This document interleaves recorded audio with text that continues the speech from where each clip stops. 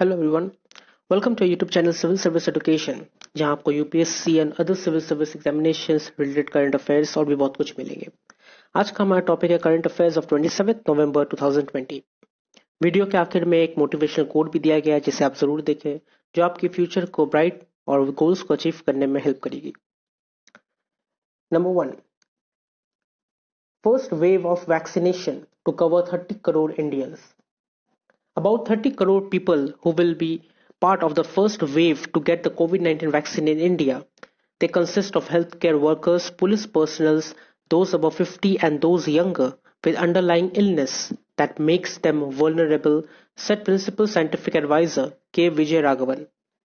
So, पहली पहली wave corona virus vaccination की पहली वेव में 30 करोड़ इंडियंस को ये वैक्सीन दिया जाएगा और ये कंसिस्ट करेगा specially health care workers, police personal और जो 50 इयर्स के ऊपर है और जो यंगर है, जो जो कि बहुत ज़्यादा बीमारी के साथ जूझ रही है, जिसको पहले से ही इलनेस है, जिससे कोई डिजीज़ है और उसे कोरोना हुआ है।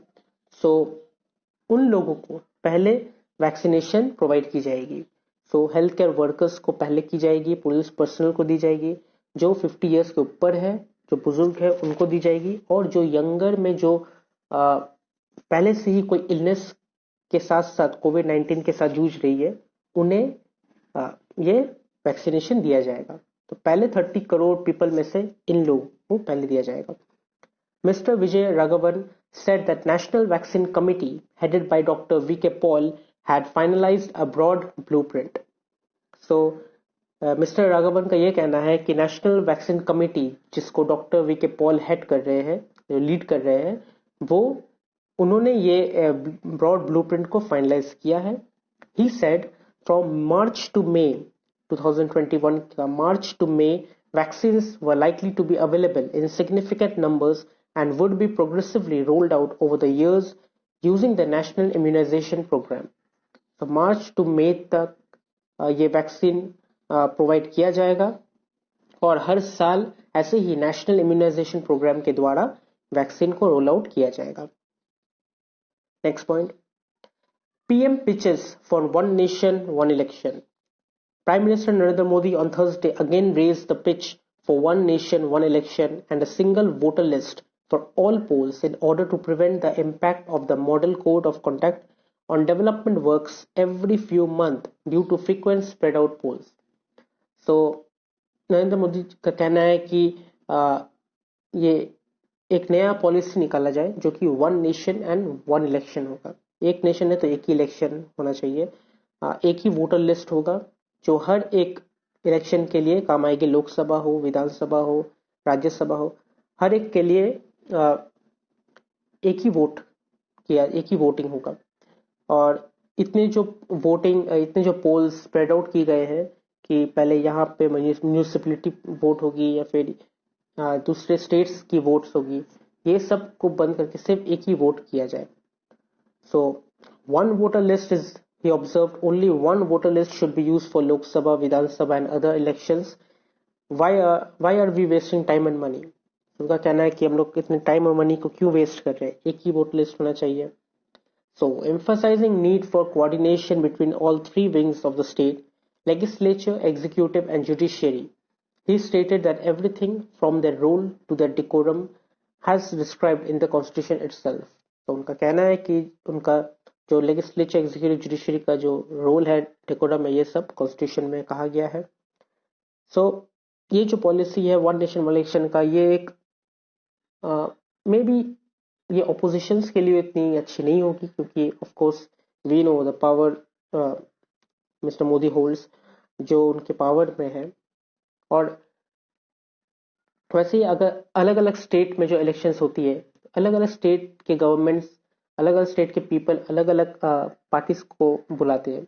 So if they win and if they don't win in majority, तो वो भी जो मेजोरिटी पार्टी है उसके अंडर में चली जाएगी। तो पूरे इलेक्शन अगर इंडिया में हुई तो कोई और पार्टीज की कोई महत्व भी नहीं रह जाएगी। तो I don't think the opposition will like this one nation one election thing, because हर एक कंट्रीज में one nation one election rules नहीं मनाया जा सकता, जैसे कि India is a biggest democracy in the world, और इतने बड़े डेमोक्रेसी में one nation one election is not possible. Number third, 60% of new cases came from 6 states. The Union Health Ministry said on Thursday 60.72% of the 44,489 fresh cases of the coronavirus disease reported in the last 24 hours were contributed by 6 states and union territories. So last 24 hours में 44,489 new cases पाए गए हैं corona virus के, जो कि 60% cases है, and ये 60% cases 6 states and union territories की तरफ से आई है, and which is Kerala being the highest contributor. Kerala से सबसे ज्यादा केसेस उभर के आई है. Maharashtra, Delhi, west Bengal, Rajasthan and Uttar Pradesh follow the southern state according to the central data. So Kerala के साथ साथ महाराष्ट्र, दिल्ली, वेस्ट बंगाल, राजस्थान एंड उत्तर प्रदेश में से भी बहुत ज्यादा केसेस दिखाई दी है. Kerala added nearly 6,500 COVID-19 cases in the last 24 hours. Last 24 hours में केरला से 6,500 cases दिखाई दी है, while Maharashtra and Delhi added 6,159 and 5,246 new cases. Out of the 524 death logged in 24 hours, last 24 hours में 524 death भी lock की गई है, और उनमें से 60% डेथ रेशियो जो है 60% दिल्ली, महाराष्ट्र, वेस्ट बंगाल, हरियाणा, पंजाब एंड उत्तर प्रदेश में ही दिखाई दी है. Delhi reported the maximum death of 99. Delhi से सबसे ज्यादा डेथ की खबर आई है, 99 डेथ, एंड उसके बाद Maharashtra 65 and then West Bengal 51 death. Next point, $20 billion potential in renewable sector. Renewable energy will generate business worth $20 billion a year over the next decade in India, which aspires to become the global manufacturing hub in the sector, Prime Minister Narendra Modi said on Thursday. So PM Modi का कहना है कि renewable energy अगले 10 सालों तक $20 billion per year income करेगी, business करेगी, जो कि इंडिया को ग्लोबल मैन्युफैक्चरिंग हब में सबसे ज्यादा एस्पायरिंग बनाएगी और बड़ी और ज्यादा पोटेंशियल बनाएगी. Modi invited global investors to the rapidly growing sectors and assured them that ease of doing business was his government's top priority. So उन्होंने बाहर के इन्वेस्टर्स को बुलाया, उनको कहा कि जितने बिजनेस में ईज हो सके वैसा ही बिजनेस हम लोगों की टॉप प्रायोरिटी है हमारी गवर्नमेंट की. The government is also supporting high technology in the sector and plans to launch a national hydrogen energy mission. So the government का हाई टेक्नोलॉजी में भी सपोर्ट है, एंड वो लोग प्लान कर रही है कि नेशनल हाइड्रोजन एनर्जी मिशन भी लॉन्च करे बहुत जल्द से जल्द. Next point, IMAC to be domain awareness centre. The Navy's Information Management and Analysis Center, the nodal agency for maritime data fusion, set up after 26/11 Mumbai terror attacks, will soon become the National Maritime Domain Awareness Center, with all stakeholders having their presence there, two defense officials said on Thursday. So defense officials का कहना है कि जो Navy's Information Management and Analysis System analysis centre जो centre बनाई गई थी after Mumbai attack, जो 26/11 अटैक हुई थी, वो जो IMAC सेंटर है, information management and analysis centre है नेवी का, वो चेंज करके हो जाएगा national maritime domain awareness centre. So two defence officer का कहना था कि today we are well equipped to ensure that a dastardly act like 26/11 doesn't occur again. तो उनका कहना था कि इतना जो खतरनाक, इतना जो भयानक टेरर अटैक हुआ था 2011 में, 26/11 में, वो दोबारा ना हो, वो दोबारा ना दोहराए. इसीलिए the IMAC will soon transfer into national NDMA centre. So information management and analysis centre को चेंज करके, ट्रांसफॉर्म करके national maritime domain awareness centre बनाया जाएगा, जहां पे मल्टी एजेंसी सेंटर एक साथ काम करेगी. Next point, recovery's momentum is stronger than expected. India's economy has exhibited a stronger than expected pickup in momentum of recovery following a multi-speed normalization of activity in the second quarter, Reserve Bank of India Governor Shaktikanta Das said on Thursday. तो reserve bank of India के governor Shaktikanta Das का कहना है कि India का economy बहुत ज्यादा जल्दी स्ट्रांगली पिकअप करने लगा है. शायद ये एक्सपेक्टेड नहीं था, लेकिन बहुत जल्दी वो रिकवर के फेज में आ रही है और मल्टी स्पीड नॉर्मलाइजेशन एक्टिविटीज के कारण ये सेकेंड क्वार्टर में बहुत ज्यादा जल्दी रिकवर कर रही है. The RBI chief, however, cautioned that even as the economic outlook had improved, downside risk to growth continued due to the recent surge in COVID-19 infection in advanced economies and part of India. So, उनका ये भी कहना है कि economy का outlook तो improve हो चुका है, इकोनॉमिक का आउटलुक इम्प्रूव हो रहा है, जो रिकवर हो रहा है, लेकिन अभी भी जो ग्रोथ है वो नीचे की तरफ जा रही है. जो इकोनॉमी है, जो जीडीपी है, नीचे की तरफ जा रही है, क्योंकि अभी भी नए केसेस उभर रहे हैं. अभी बहुत ज्यादा नए केसेस इन्फेक्शन के बढ़ रहे हैं, जो एडवांस इकोनॉमीज और पार्ट इंडिया के एडवांस इकोनॉमिक पार्ट में ज्यादा हो रही है. सो दैट इज वाई हमें अभी भी कॉशन रखना चाहिए. हाँ ठीक है, इकोनॉमी इंप्रूव हो रही है, लेकिन हमें स्टिल सतर्क रहना चाहिए. Next point, GDP contracted 10.7% in quarter 2.